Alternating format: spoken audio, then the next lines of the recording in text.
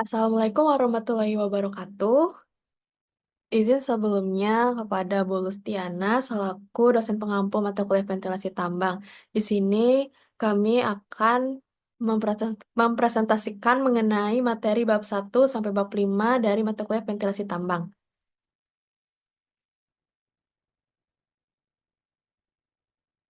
Berikut adalah eh, anggota kelompok kami. Yang pertama saya sendiri selaku moderator, Hervina Haliza, dan rekan saya Sabri Arifman Akbari, serta Despisa Satur Karisma.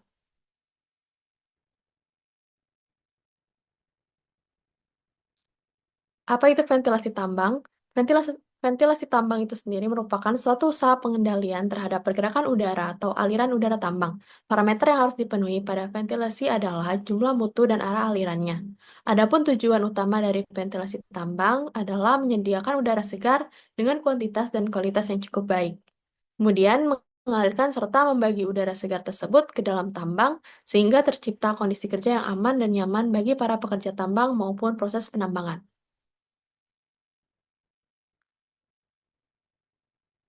Untuk kualitas udara tambang, itu meliputi campuran antara udara atmosfer dengan emisi gas-gas dalam tambang, serta bahan-bahan pengotornya. Parameter kualitas udara meliputi gas debu, temperatur, serta kelembapan udara. Standar udara yang bersih adalah udara yang mempunyai komposisi sama atau mendekati dengan komposisi udara atmosfer pada keadaan normal. Udara segar normal yang dialirkan pada ventilasi tambang terdiri dari nitrogen, oksigen, karbon dioksida, argon, dan gas-gas lain yang dimana bisa dilihat pada tabel di bawah ini. Next. Selanjutnya adalah fungsi dari ventilasi tambang. Yang pertama yaitu menyediakan dan mengalirkan udara segar ke dalam tambang atau oksigen. Yang kedua, melarutkan dan membawa udara keluar dari tambang dan segala pengotoran dari gas-gas yang ada di dalam tambang. Yang ketiga, menyingkirkan debu yang ada dalam aliran ventilasi tambang bawah tanah. Yang keempat, mengatur panas dan kelembapan udara pada tambang bawah tanah. Dan yang kelima, mengencerkan konsentrasi gas-gas beracun dan berbahaya serta debu di dalam tambang. Selanjutnya ada prinsip aliran dari udara di tambang. Yang pertama, aliran udara bergerak dari tekanan tinggi ke rendah. Yang kedua, udara akan mengalir dari tempat yang rendah ke tinggi. Selanjutnya, udara akan lebih banyak mengalir pada jalur ventilasi dengan resistansi yang lebih kecil dibandingkan dengan jalur resistansi yang lebih besar. Tekanan ventilasi tetap memperhatikan tekanan atmosfer bisa positif atau blowing atau juga negatif atau exhausting. Selanjutnya, aliran udara mengikuti hukum kuadrat, yaitu hubungan antara kuantiti dan juga tekanan. Dan prinsip yang terakhir yaitu hukum-hukum mekanika fluida akan selalu diikuti dalam perhitungan pada ventilasi tambang. Selanjutnya akan dilanjutkan oleh Sabri. Baik, selanjutnya ada jenis-jenis ventilasi tambang sendiri. Yang pertama ada ventilasi alami atau natural ventilation. Jika suatu tambang memiliki dua shaft yang saling berhubungan pada kedalaman tertentu, jumlah udara akan mengalir masuk ke dalam tambang meskipun tanpa alat mekanis ventilasi dan disebabkan udara pada daun case shaft lebih dingin dari udara pada up case shaft. Ventilasi alami terjadi karena perbedaan temperatur di dalam dan luar stop. Temperatur di dalam stop akan mempengaruhi terjadinya ventilasi alami apabila terdapat perbedaan temperatur intake airway dan return airway yang ketinggian mulut print intake dan outtake-nya berbeda. Next. Yang kedua ada ventilasi mekanis. Ventilasi mekanis adalah jenis ventilasi di mana aliran udara masuk ke dalam tambang disebabkan oleh perbedaan tekanan yang ditimbulkan oleh alat mekanis. Dan dimaksud peralatan ventilasi mekanis adalah semua jenis mesin penggerak yang digunakan untuk memompa dan menekan udara segar agar mengalir ke dalam lubang bawah tanah. Next. Berdasarkan cara menimbulkan udaranya serta letak mesinnya, ventilasi mekanis dibedakan menjadi tiga metode, yaitu yang pertama ada metode hisap atau exhaust system yang akan memberikan hembusan udara yang kebalikan dengan sistem fencing, yaitu bertekanan negatif ke front kerja. Tekanan negatif ini dimaksud adalah tekanan yang dihasilkan oleh proses pengisapan udara. Yang kedua ada metode hembus. Sistem forcing akan memberikan hembusan udara bertekanan positif ke front kerja. Tekanan positif yang berarti aliran udara ini mempunyai tekanan lebih besar dibanding udara di atmosfer pipa atau saluran ventilasi ini menghubungkan fan dengan front kerja.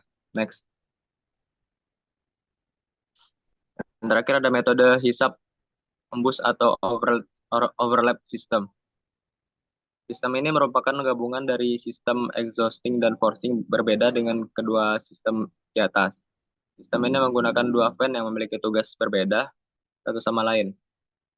Ada fan bertugas menyuplai udara ke front dan ada yang bertugas menghisap udara dari front atau exhaust fan. Tetapi exhaust fan dipasang lebih mundur atau lebih jauh dari front pertambangan. Sedangkan duct akhir dari intake fan dipasang lebih dekat dengan front penambangan. Next.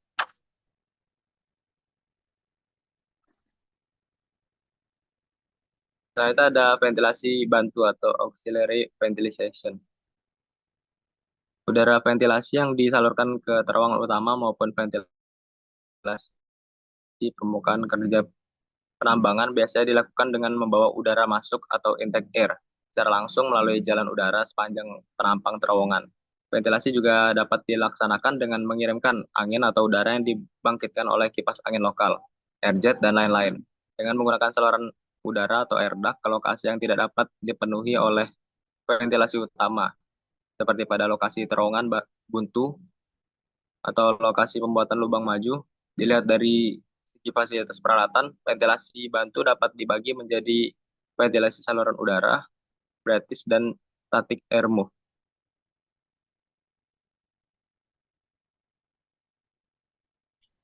Selanjutnya ada gas-gas yang terbentuk di tambang. Jadi ada 8 gas yang umumnya terbentuk di tambang bawah tanah. Yang pertama ada oksigen, di mana oksigen ini bersumber dari udara alami dan sistem ventilasi. Untuk karakteristik dari oksigen sendiri, itu diperlukan untuk pernapasan manusia. Standar persyaratan oksigen pada tambang bawah tanah itu minimal sebesar 19,5%. Selanjutnya ada gas metana yang bersumber dari batu bara dan proses dekomposisi organik. Untuk karakteristik metana ini, itu mudah terbakar, tidak berwarna, dan tidak berbau. Untuk standar persyaratan metana ini sebesar maksimal 1%. Selanjutnya ada gas karbon monoksida, di mana bersumber dari proses peledakan, yang memiliki karakteristik beracun, tidak berwarna, dan tidak berbau. Dengan standar persyaratan itu maksimal 50 ppm. Selanjutnya ada gas karbon dioksida, yang bersumber dari respirasi manusia dan proses pembakaran bahan organik, yang memiliki karakteristik tidak mudah terbakar, berat, dan dapat menyebabkan sesak nafas. Untuk standar persyaratan gas karbon dioksida ini, itu sebesar maksimal 0,5%. Selanjutnya ada gas hidrogen sulfida, yang bersumber dari belerang dan mineral sulfida, yang memiliki karakteristik beracun dan berbau seperti telur busuk. Untuk standar persyaratan hidrogen sulfida ini, itu maksimal 10 ppm. Selanjutnya ada nitrogen dioksida yang bersumber dari proses peledakan batuan dan mesin diesel, yang memiliki karakteristik beracun serta menyebabkan iritasi. Untuk standar persyaratan nitrogen dioksida ini sebesar maksimal 0,0003%. Lalu ada gas sulfur dioksida yang bersumber dari mineral sulfida dan proses pembakaran batu bara. Untuk karakteristiknya itu beracun dan berbau menyengat. Standar persyaratan sulfur dioksida ini sebesar maksimal 0,0002% atau sebesar 2 ppm. Yang terakhir ada amonia yang bersumber dari proses degradasi bahan organik dan penggunaan bahan peledak tertentu yang memiliki karakteristik berbau menyengat serta dapat menyebabkan iritasi mata dan saluran pernafasan. Untuk standar persyaratan gas amonia ini itu maksimal 0,0025%.